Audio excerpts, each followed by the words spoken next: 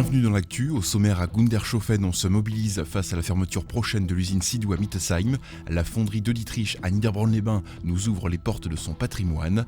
Séance de sensibilisation à destination de certains comportements dangereux sur la route. Et pour ouvrir ce journal, présentation du prochain forum à destination des plus jeunes.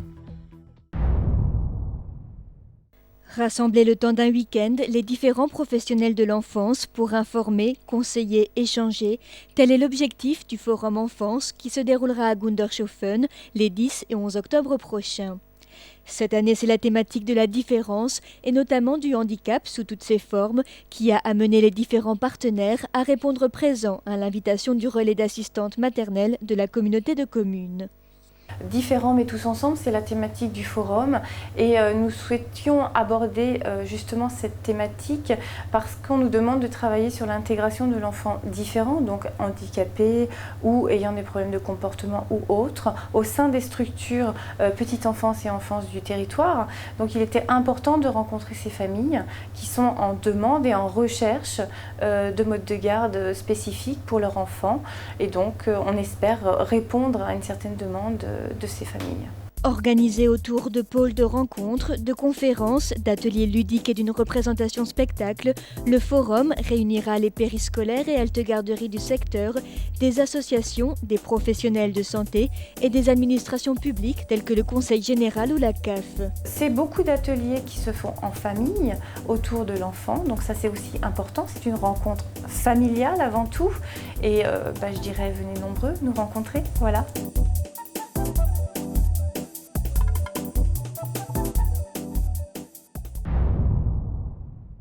La section arboriculture de Gundershofen, en partenariat avec la communauté de communes du pays de Niederbronn-les-Bains, se mobilise autour de collecte de pommes. Une action menée face à la fermeture prochaine de l'usine Sidou à Mittesheim. Une fois livrés, pesés et déchargés, l'ensemble de ces fruits seront transformés en jus par l'entreprise Sauter Pomor à Sesenheim. Une collecte ouverte à tous les propriétaires de vergers, sous certaines conditions tout de même. Ce qu'on évite pour l'instant, c'est d'avoir des grosses quantités. Les gens qui viennent avec les grosses bennes, on ne pourra pas les prendre. C'est surtout pour les particuliers qui ont une centaine de kilos ou même plus. Après validation de la livraison, l'association propose aux propriétaires une rétrocession immédiate en jus en fonction de la quantité de pommes livrées ou une rétribution payable en fin de saison. Du côté des critères de qualité des produits livrés, les pommes doivent être saines et bien mûres, de préférence ramassées le jour de la livraison ou la veille. On souhaite éventuellement continuer ça, donc c'est une première, on va voir comment ça se passe.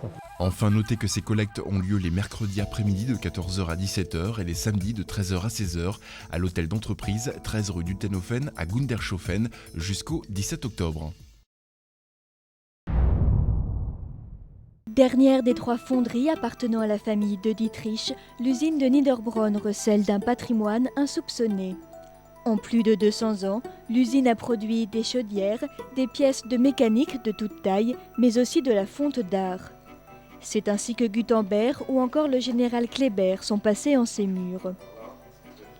Depuis 1907, un bâtiment de stockage accueille des modèles en bois ou en plâtre ne servant plus.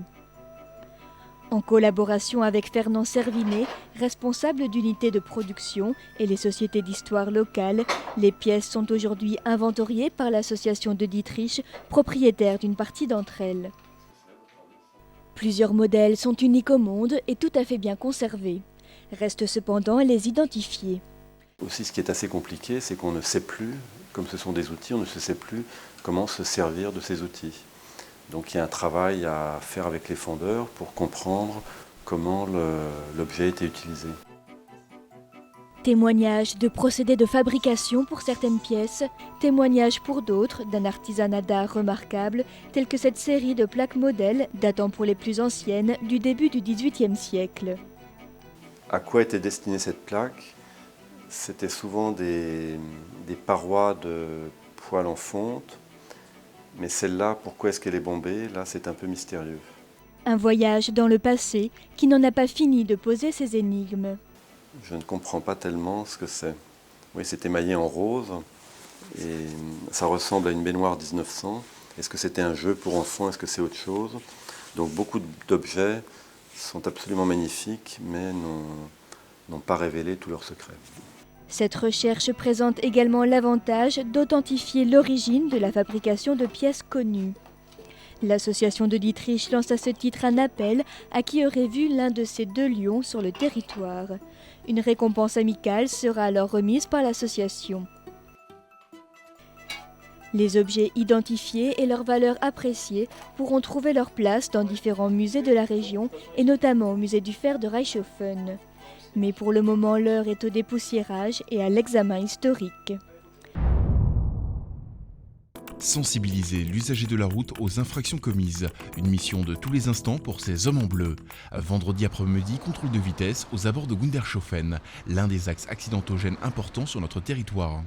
L'année dernière, dans le secteur de Gundershofen et notamment sur la nationale 1062 et sur le CD 662, c'était en hausse par rapport à l'année d'avant. Il faut savoir que la vitesse est quand même une cause génératrice d'accidents. La solution pour lever le pied, l'éco-conduite. Quelques gestes simples pour éviter ainsi la surconsommation de carburant. Pas d'accélération brusque, adapter sa façon de conduire, éviter de mettre la climatisation, vérifier régulièrement la pression de ses pneus. Alors aujourd'hui, je vous l'ai déjà dit, c'est la semaine de la sécurité routière.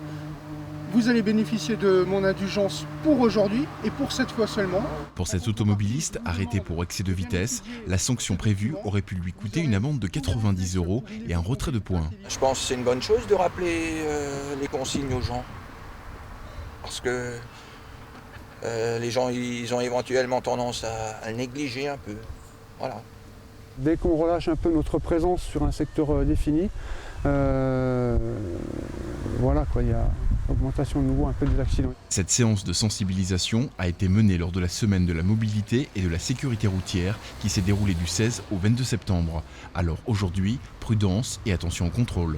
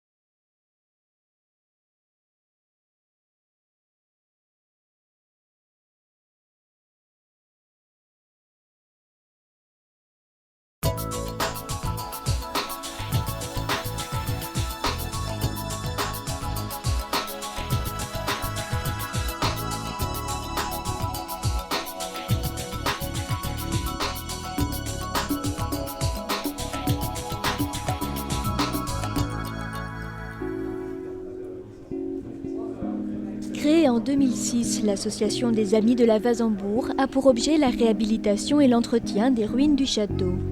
Le décès de Roger Rominger, fondateur de l'association et veilleur du château, avait suspendu les projets en cours jusqu'à l'année dernière.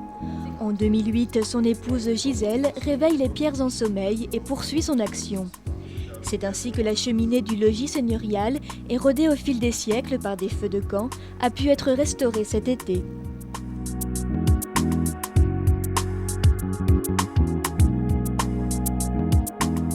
Surplombant la ville de Niederbronn-les-Bains sur le versant est de la colline du Reisberg, s'élèvent les nobles pierres du château de la Wasembourg.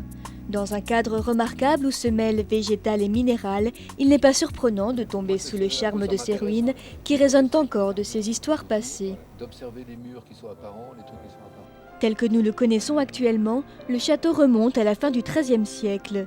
Mais son site était déjà exploité à l'époque romaine, il servait d'observatoire à partir d'un rocher ancré vosgien, appelé le Warfelsen, encore visible aujourd'hui.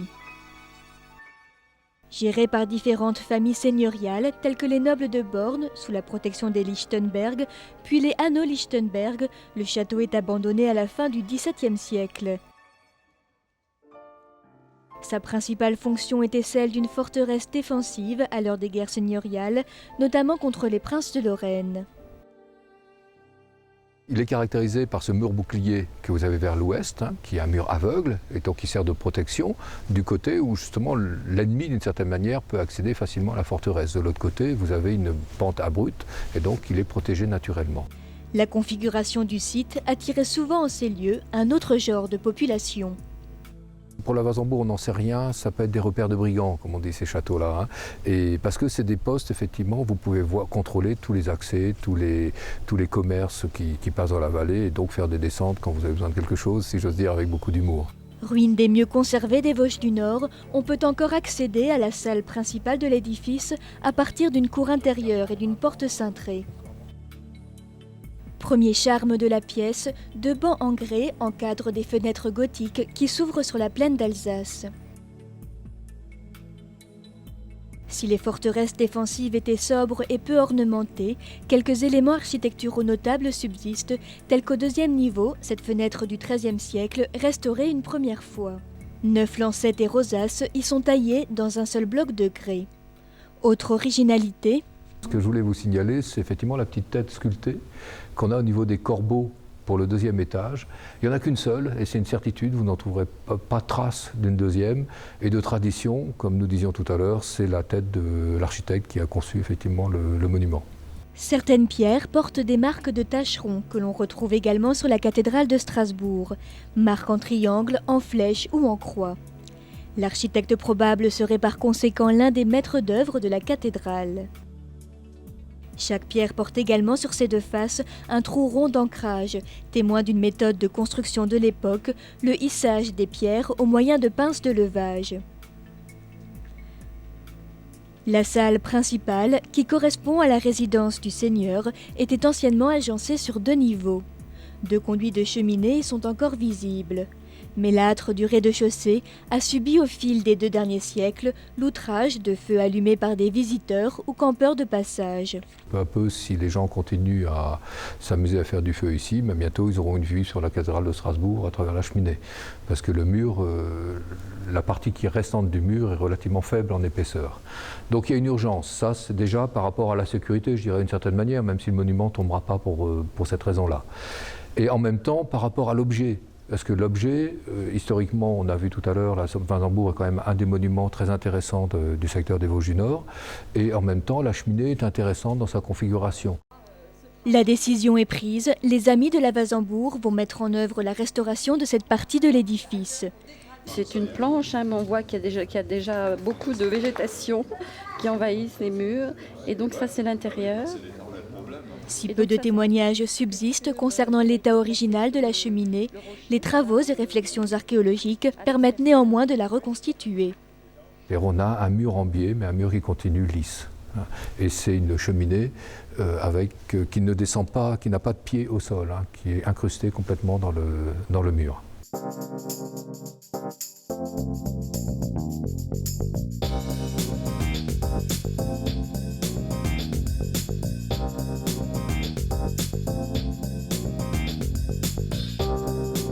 Doté de 48 ruines de châteaux forts remarquables, le département du Bas-Rhin développe une politique active de protection du patrimoine et encourage les associations de bénévoles existantes. Depuis 2002, a notamment été mis en place un dispositif de surveillance et d'entretien des châteaux par l'intermédiaire de veilleurs. Ces correspondants bénévoles sont chargés d'établir des rapports réguliers sur l'état de dégradation des sites.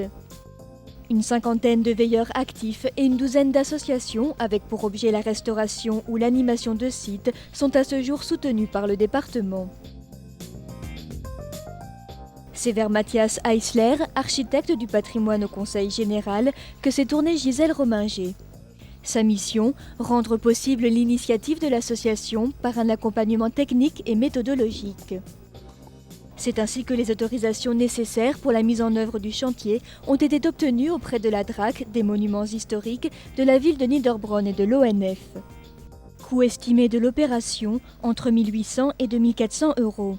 Grâce au talent de certains, aux bonnes volontés des autres et au financement du département, nous avons atteint notre objectif premier.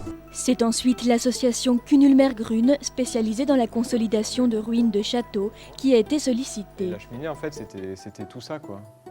Jacques Bruderer, président de l'association et tailleur de pierre de métier, s'est bénévolement attelé à la tâche. Les amis de la Wasembourg et des jeunes du centre Albert Schweitzer lui ont assuré l'aide logistique nécessaire. L'architecte des monuments historiques est passé, on a fait l'état des lieux. Et donc on a sélectionné les pierres à changer.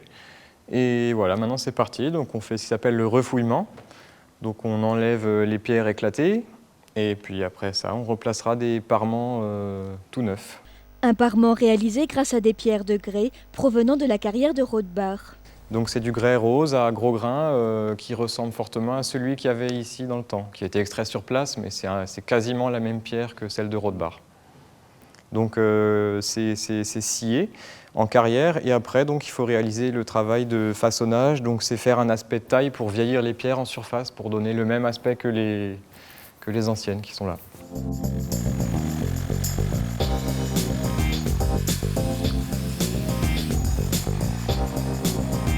Si le refouillement des pierres est facilité par les techniques modernes, les étapes suivantes se font à la main. Le grès absorbant beaucoup d'eau, les pierres sont imbibées avant d'être posées.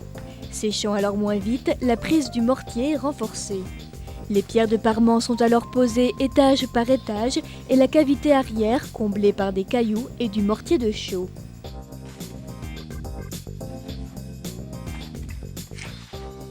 Patience, précision et habileté sont nécessaires à l'ouvrage. Quelques coups de maillet permettent enfin d'asseoir la pierre avec minutie et régularité dans le mortier. Spécialiste des châteaux, Jacques Bruderer lit dans la pierre comme dans un livre. Au-delà du grès brut, différents éléments nous invitent à imaginer le lieu tel qu'il était à l'époque. On a déjà les niveaux d'étage au niveau des planchers et des toitures là, qui sont bien délimités dans ce château. On a ensuite des traces de poutrage, donc ce qu'on appelle les trous de boulin. Donc c'était souvent pour des armoires, ancrer des escaliers ou des poutres qui servaient à la charpente ou au plancher. On a encore des traces d'enduit qui recouvraient toutes les pierres puisque l'intérieur était entièrement crépi à la chaux. Donc on avait des murs tout blancs et lisses qui étaient sans doute recouverts de tapisserie. Et au niveau des sols, on n'avait pas la dalle rocheuse comme on le voit aujourd'hui, mais on avait sans doute des planchers en bois et aux étages aussi. Donc c'était assez chaleureux, quoi. Un lieu chaleureux dont la vie s'organisait autour du foyer de la cheminée. Cheminée aujourd'hui restaurée pour la plus grande satisfaction de l'association. Réunis pour l'occasion au sein du château, les amis de la Wasembourg célèbrent cette première réussite et ce nouveau départ. Mon attente, c'était de réaliser le projet de mon mari. Maintenant, je me prends un petit peu au jeu. Et puis, je me dis que, oui, ce patrimoine, il y a encore des choses à faire vivre et à sauver. Donc, on verra comment les idées de chacun, les envies de chacun. Mais bon, je pense que... Et c'est pour ça que nous avons fait cette réunion sur place, pour qu'on se rende compte un petit peu de ce qu'il y a à faire. Si les idées de restauration ne manquent pas, l'urgence du prochain chantier semble évidente. L'urgence, c'est vraiment débroussailler les murs parce que les végétations écartent les pierres et risquent de menacer un éboulement, de faire un éboulement. Donc ça, c'est le premier projet. Consolider des ruines et entretenir un site vieux de plus de 7 siècles n'est certes pas une mince affaire, mais une aventure passionnante. Gisèle aimerait faire grandir l'association pour faire naître plus d'idées, plus de projets et les mener avec plus de force. Elle lance aujourd'hui un appel à toute personne souhaitant rejoindre ou soutenir leur action. Redécouvrir des monuments chargés d'histoire et préserver la mémoire d'un territoire est en effet une aventure à la portée de tous.